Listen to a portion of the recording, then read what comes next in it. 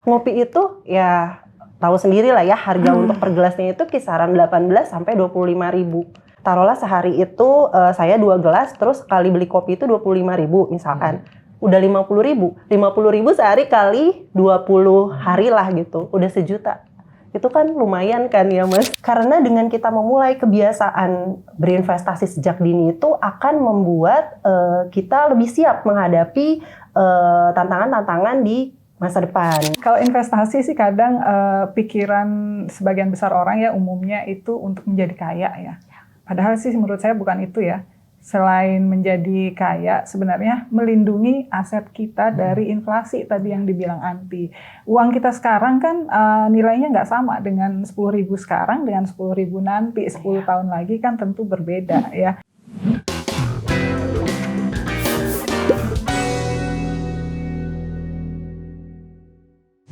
Halo kawan Visto, kembali lagi di Invest Talk, all about investment. Hari ini bersama Namraj, dan pastinya kita kembali dengan narasumber yang gak kalah menarik lagi nih, kawan Visto. Narasumber kali ini berasal dari bidang pendidikan, dan pastinya kita ada 2 narasumber dengan background yang sedikit berbeda nih. Tapi mungkin kita bisa mengambil insight dari sana. Mungkin langsung aja kita berkenalan dengan narasumber kita hari ini. Halo, selamat pagi. Iya, halo, pagi juga Kak. Perkenalkan, saya Anti, saya mahasiswi program studi akuntansi dari Institut Teknologi dan Bisnis Swadharma. Saya ya dengan Ibu Dia, saya kebetulan sebagai dekan di Institut Teknologi dan Bisnis Swadharma di Fakultas Ekonomi dan Bisnis.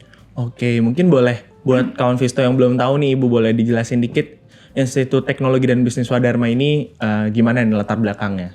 Oke, ITBS ya, biasanya kita disebut singkatnya ITBS. ITBS itu ada 2 kampus. Kampus kami yang pertama di Jakarta Barat, itu di Malaka ya, dekat Kota Tua. Kemudian yang kedua di daerah Tangerang Selatan, kami fokusnya di Fakultas Teknik dan Ekonomi, kebetulan. Oke. Berarti pas banget nih, menarik dengan tema kita hari ini. Kita akan bahas sedikit tentang gaya hidup konsumtif dan tantangan keuangan di kalangan generasi muda sekarang nih Ibu. Berarti di kalangan kita ya. Mungkin Ibu di sini sebagai penengahnya nih, kira-kira gimana pendapatnya? Oke, mungkin langsung aja. Kira-kira menurut kalian nih, mungkin aku dari Ibu Dia dulu ya. Dari Ibu Dia, melihatnya gimana sih kondisi ekonomi sekarang nih, terutama melihat generasi muda menyikapinya gitu?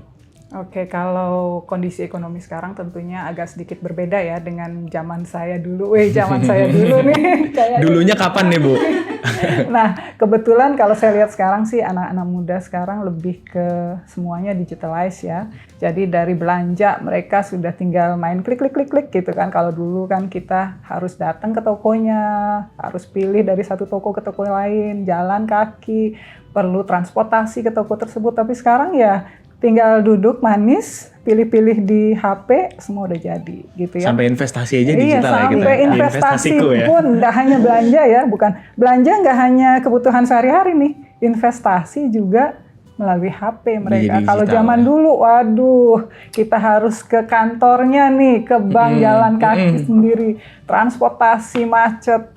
Untuk ke bank aja antri di teller. Kalau sekarang kan nggak ada, semua di HP. Benar, iya, tapi kan? mungkin ada plus minusnya juga ya Bu, karena kan dengan semuanya digital jadi serba kemudahan, jadi mungkin kita sulit mengontrol gitu. Mungkin dari Anti gini, pendapatnya gimana? Apakah benar dari mungkin Anti dan teman-teman untuk gaya hidupnya sendiri, apakah menjadi lebih konsumtif atau gimana? Dari sudut pandang saya ya Kak ya, di perekonomian sekarang tuh kita mengalami tantangan yang sangat cukup luar biasa. Tantangannya itu adalah karena kan kebutuhan sehari-hari, biaya kebutuhan itu kan semakin lama semakin meningkat ya Kak. Nah, saya juga saat ini kan selain sibuk kuliah, saya juga berprofesi sebagai freelancer. Saya kan ikut kerja sebagai tim I.O gitu. Otomatis kan penghasilan saya terbatas ya. Jadi udah kebutuhannya meningkat, terus penghasilannya juga terbatas. Ditambah dengan kemajuan teknologi, perkembangan teknologi itu adanya e-wallet. E-wallet itu ya ampun, tahu sendiri kan kayak maksudnya ada e-wallet, sedangkan saya penghasilan terbatas, itu kan kayak ya ampun semua apa-apa serba instan nih. Tapi penghasilan saya kan cuma yang cuma yang segitu-gitunya gitu kan. Nah, di situ saya juga perlu untuk adanya mengontrol gitu kan supaya bisa menggunakan lebih bijak lagi e-walletnya gitu. Kayak gitu sih Kak. Bener sih ya, lebih mudah gitu ya, kayak Iya, top up instan. 10.000, 20.000 Bener, nggak berasa lama-lama. nggak kerasa, bener. Kayak sekarang 100.000 aja kayak nggak ada harganya ya. Nggak ada harganya Kayaknya kalau tuh. dulu tuh kita masih kecil dapat 100.000 tuh kayak seneng Seneng banget banget, gitu. Oke, benar banget. Berarti sesuai dengan yang kita bilang tadi, mungkin dengan kemudahan ini jadinya lumayan susah dikontrol dan justru memperburuk keadaan ekonomi kita sendiri Iya, gitu ya. Mungkin betul. Bu Dia sendiri, maaf sebelumnya udah punya anak? Oh sudah dong. Masa anak sih? yang- Anak saya seumuran Anti Wah, mungkin. Waduh. berarti mungkin merasakan langsung Jadi nih. merasakan langsung gimana mereka tinggal minta, Mama tolong top up. Nah itu satu-satunya yang diminta adalah Mama tolong top up aman dunia. Gitu. Iya. Tapi ya kami sebagai orang tua tentu membatasi ya. Ada budget-budget tertentu. Jadi nggak boleh over budget lah ya. Jadi setiap bulan kami tentukan budget untuk masing-masing anak. Jadi mereka harus bisa mengontrol pengeluarannya masing-masing gitu. Oh, itu berarti solusi lah ya dari Bu Dia, gimana caranya biar mereka walaupun gampang ya ini budgetnya gitu, limit Iya, gitu ya. harus ada limit. Kalau unlimited susah Iya, nanti. bahaya ya. Bahaya. Bahaya. Dari segi ekonomi orang tua bahaya, mereka pun bahaya. kedepannya bahaya karena Bahaya. menggampangkan gitu Iya, kan. sangat menggampangkan. Karena kalau mungkin zaman dulu kita minta jajan tuh orang tua bisa alasan ya lupa naro di atas kulkas gitu ya. Sekarang kan ya udah Bu top up aja gitu kan. aja. Oke, mungkin kalau dari balik lagi ke Anti nih, apa sih yang dirasain kira-kira kalau terutama kan masih di kampus nih, mungkin terutama dari semester awal sampai sekarang, apa yang dirasain kayak pengeluaran-pengeluaran yang mungkin kok dikit-dikit jadi banyak gitu, itu gimana sih yang dirasain selama berkuliah?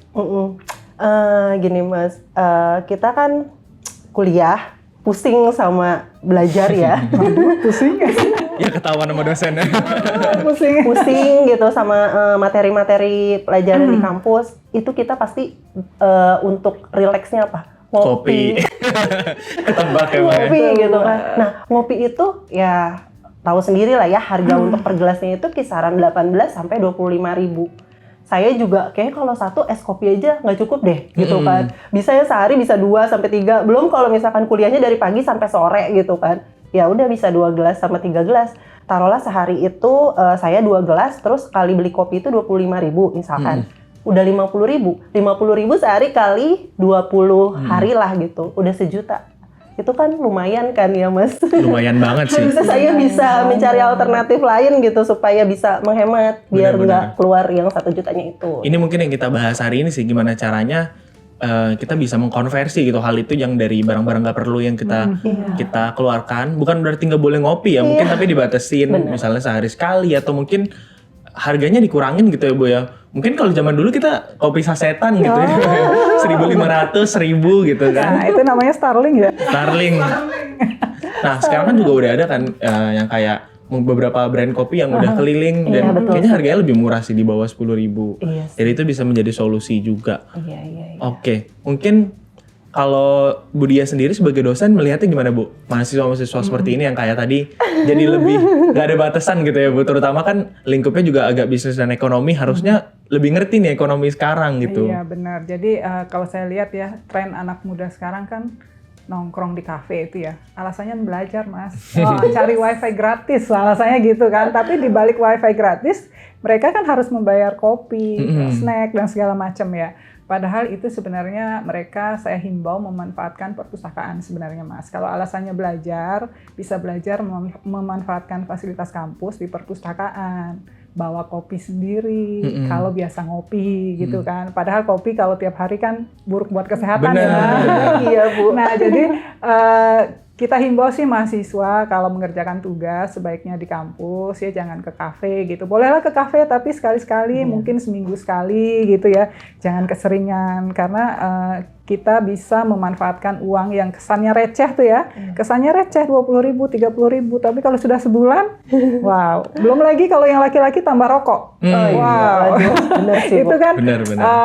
apalagi ya mahasiswa yang belum punya penghasilan ya, masih minta orang tua.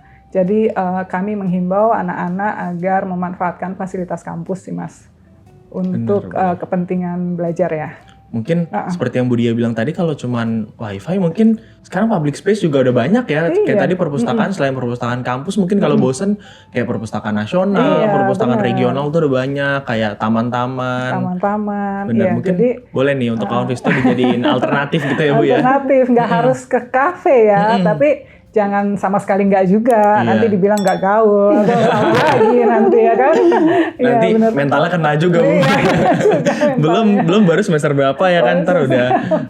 Oke, mungkin kalau dari Kak Anti sendiri nih, karena kan masih mengalami semua hal ini dengan umur yang masih muda juga gitu. Boleh nggak dibagiin pengalamannya gimana sih cara Kak Anti sendiri? Karena kan apalagi mahasiswi akuntansi gitu ya, kan belajar teorinya, gimana caranya Kak Anti mengelola keuangan Kak Anti sendiri gitu. Iya, baik. Kalau dari saya sendiri sih, yang pertama saya itu dengan menambah pengetahuan dari literasi keuangan. Contohnya tuh kayak membuat anggaran sederhana gitu kan. Dari anggaran itu nanti kita menyisihkan uang jajan atau penghasilan saya itu yang kemudian akan ditabung atau diinvestasikan. Nah, selain itu berkait dengan investasi, kebetulan di kampus saya juga mendapatkan mata kuliah yaitu investasi dan pasar modal. Jadi saya bisa menambah pengetahuan mengenai instrumen investasi. Contohnya kayak reksadana, kita mendapatkan imbal hasil keuntungan. Kalau misalkan untuk saham dapat keuntungannya dividen, kalau obligasi itu dapat kupon. Nah, setelah itu saya juga ngurangin pengeluaran impulsif gitu kan. Dengan membatasi atau membuat skala prioritas gitu. Apa aja sih barang yang emang saya harus beli yang benar-benar penting, yang nggak penting ya udah dipending dulu gitu kan. Terus setelah itu memanfaatkan aplikasi keuangan. Kenapa? Karena dari aplikasi keuangan itu kan kita dipermudah juga untuk melihat pengeluaran itu berapa banyak, berapa persen. Sama saya lupa satu lagi, itu membuat anggaran bulanan. Nah, anggaran bulanan ini penting banget karena di anggaran bulanan ini mencakup berapa banyak sih penghasilan yang saya peroleh dan berapa banyak juga jumlah pengeluaran yang sudah saya keluarkan. Tujuan dari pencatatan anggaran bulanan ini adalah untuk mengkontrol atau mengelola keuangan saya sehingga akan menjadi lebih terencana. Dan yang paling penting banget itu adalah mendidik diri atau membatasi diri saya untuk tidak selalu mengikuti tren-tren FOMO yang menurut saya, ya ampun ini udah ngeluarin duit segini kayaknya sayang banget deh, kenapa sih harus kayak gini gitu. Jadi kayak gitu sih Kak. Kayak Labubu kemarin ya, wah juta-jutaan. Beli 2 lagi Kak. Aduh. Kirain, batasin itu maksudnya 2 ya Bu ya? Jangan 10. Itu kerasa masih terbatas ya. Ini tadi banyak hal menarik sih yang disampaikan oleh Kak Anti. Mungkin bisa kita breakdown sedikit gitu dengan Bu Dia. Tadi katanya ada mata kuliah investasi dan pasar modal. Itu gimana Bu? Kira-kira bisa dielaborasi dan misalnya siapa aja yang menerima dan sejak kapan, di semester berapa gitu? Mata kuliah itu kami tawarkan ke mahasiswa di semester 7 ya.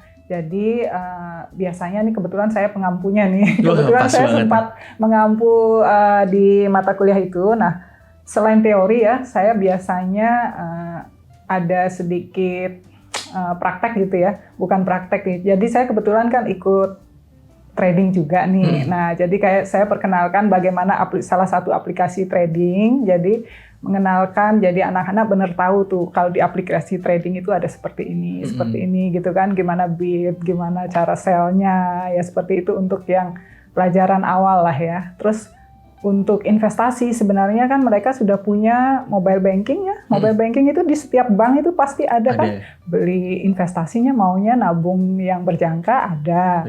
Mau reksadana bisa langsung kan. Tapi kadang-kadang mereka nggak tahu isi mobile bankingnya. Hanya tahu transfer e-wallet. Hanya itu tahunya. Sama lihat saldo 5 menit sekali biasanya. Nah itu kadang yang basic yang mereka nggak tahu. Padahal ada di setiap aplikasi bank itu ada kan. Jadi akhirnya mereka aware, bisa beli reksadana di sini ya Bu, gitu. Ternyata aplikasi-aplikasi yang sebenarnya mereka sudah pegang tapi nggak dieksplor gitu loh.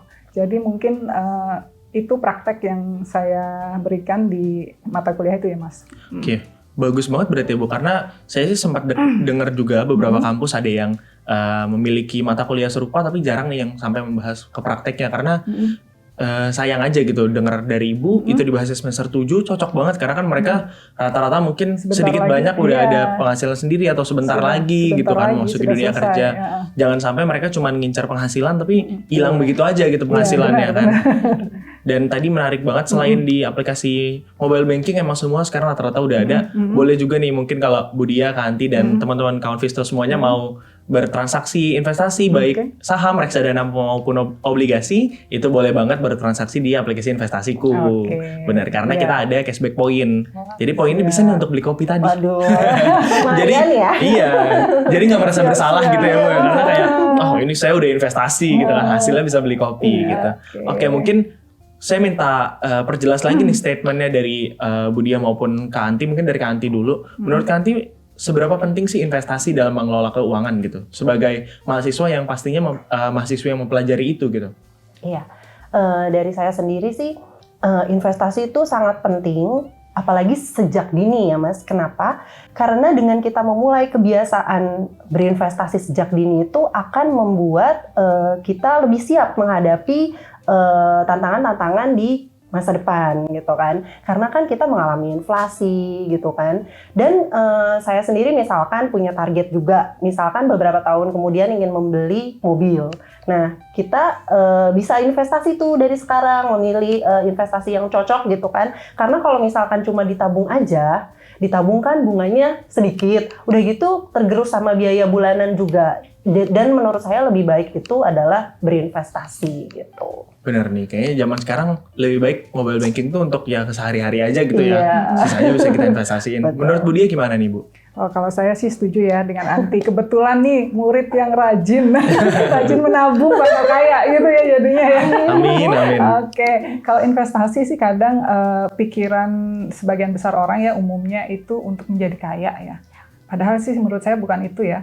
Selain menjadi kaya, sebenarnya melindungi aset kita dari inflasi tadi yang dibilang Anti. Uang kita sekarang kan nilainya nggak sama dengan 10.000 sekarang dengan 10.000 nanti. 10 tahun lagi kan tentu berbeda ya.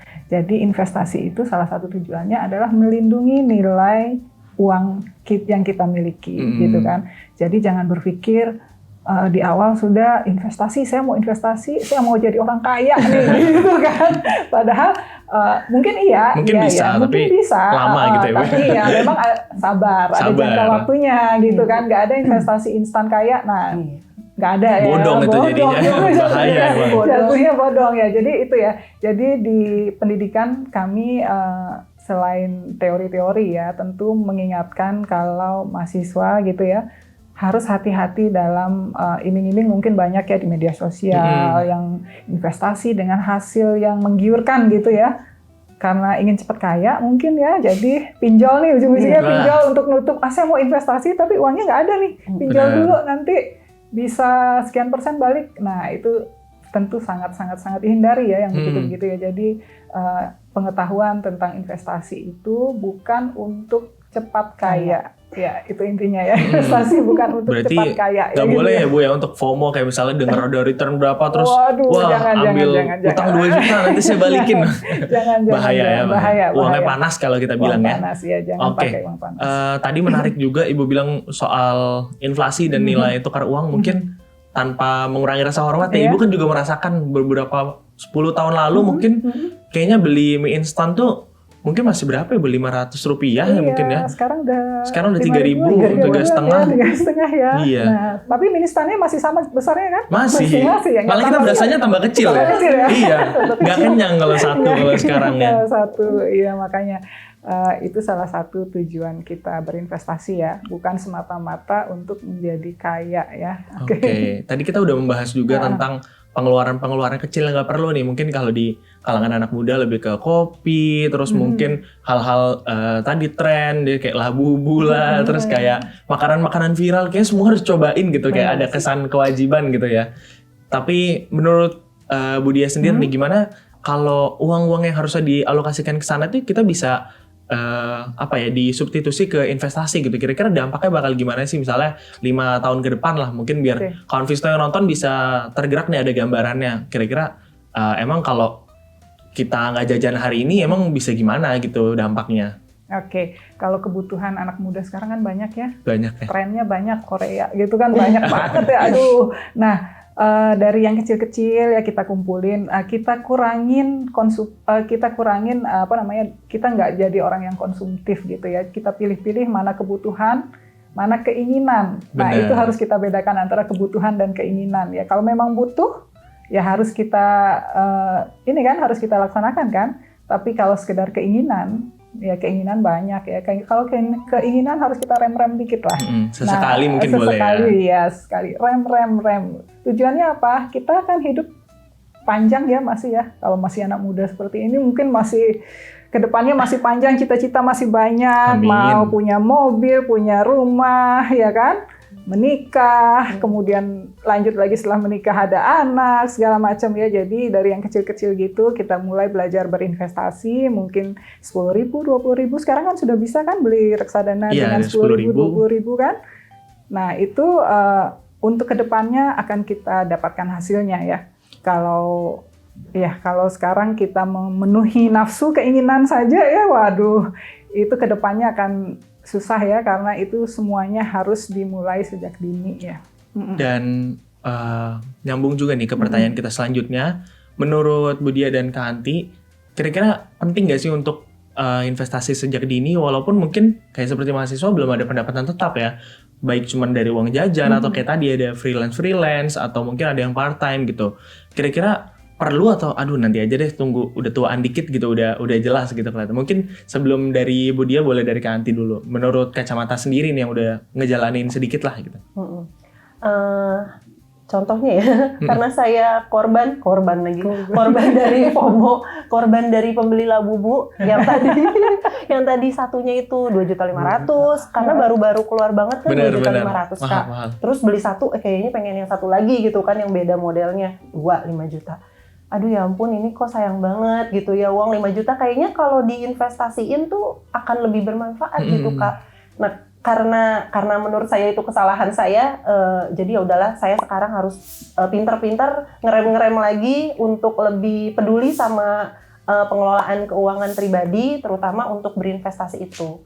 Karena ya itu lagi untuk masa depan gitu. Karena kalau misalkan saya habisin uang saya untuk jangka pendek, nanti ya gimana gitu kan Kak, kayak gitu sih. Karena kekuatan yang mungkin kita berdua punya sekarang ya masih umur yang muda gitu ya. Jadi kalau masih sedikit mungkin masih berasa ya Bu. Mungkin kalau yang sudah lebih berumur mungkin agak harus dinaikin dikit investasinya biar berasa gitu.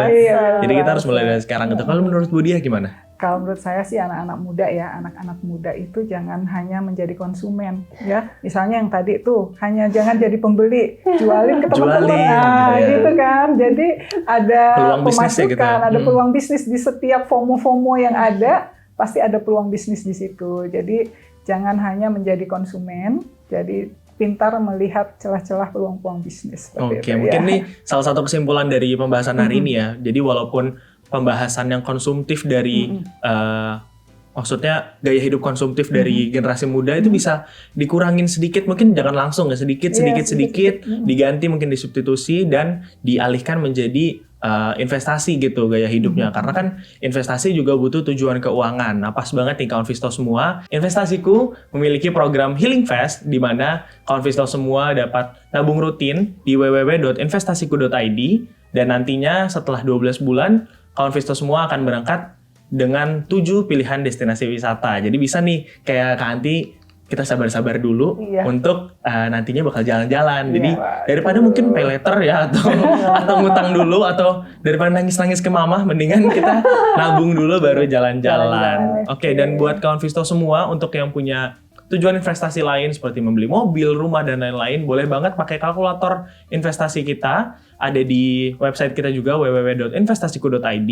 Jadi buat Kanti atau Budia juga boleh nih, misalnya kan anak misalnya mau kuliah nih yang satu lagi atau gimana, itu boleh juga dihitungin. Nah, mungkin sebelum kita mengakhiri perjumpaan kita hari ini, boleh dikasih dong closing statement-nya dari masing-masing. Mungkin dari Kanti dulu nih mengenai perbincangan kita hari ini, dan mungkin harapannya apa nih untuk penonton semuanya? Kalau menurut saya dari obrolan kita hari ini, saya jadi banyak dapat pelajaran tuh Bu. Jadi kayaknya saya harus mulai sadar diri banget gitu untuk ngerem-ngerem segala pengeluaran impulsif saya dengan mengurangi juga FOMO-FOMO itu gitu kan Bu, mengurangi gaya hidup konsumtif supaya saya bisa mengalokasikan keuangan saya itu untuk berinvestasi seperti itu. Ya mungkin itu aja sih Kak dari saya gitu. Oke, kalau dari Ibu Dia gimana? Oke, terima kasih ya sebelumnya sudah diundang di episode kali ini, dan bagi kawan Visto semua, bagi yang ingin berinvestasi jangan tunda-tunda waktunya, bisa dimulai sejak dini. Jadi begitu kalian kuliah sudah memperoleh informasi mengenai cara berinvestasi, cara mengelola keuangan yang baik, maka kalian sudah bisa mulai berinvestasi. Jangan ditunda-tunda, karena semakin ditunda maka kalian akan menyesal nantinya. Oke? Dan bagi kawan Visto semua yang ingin bergabung dengan ITB Swadharma, kalian dapat mengunjungi website kami di swadharma.ac.id atau bisa langsung ke kampus kami yang ada di Roa Malaka dan Pondok Cabe, Tangerang Selatan. Tentunya insightful banget gitu ya. Untuk kawan Visto semua, jangan lupa untuk tetap bertransaksi di investasiku, baik saham, obligasi maupun reksadana, karena pastinya bertransaksi di investasiku akan mendapatkan cashback MPC Point yang bisa dibelanjakan di seluruh merchant Citicorp atau bisa dibelikan reksadana lagi nih di aplikasi investasiku. Nah, teman-teman semua juga jangan lupa untuk like, comment, share, dan subscribe dari channel investasiku. Dan sampai sini aja investasiku for better tomorrow.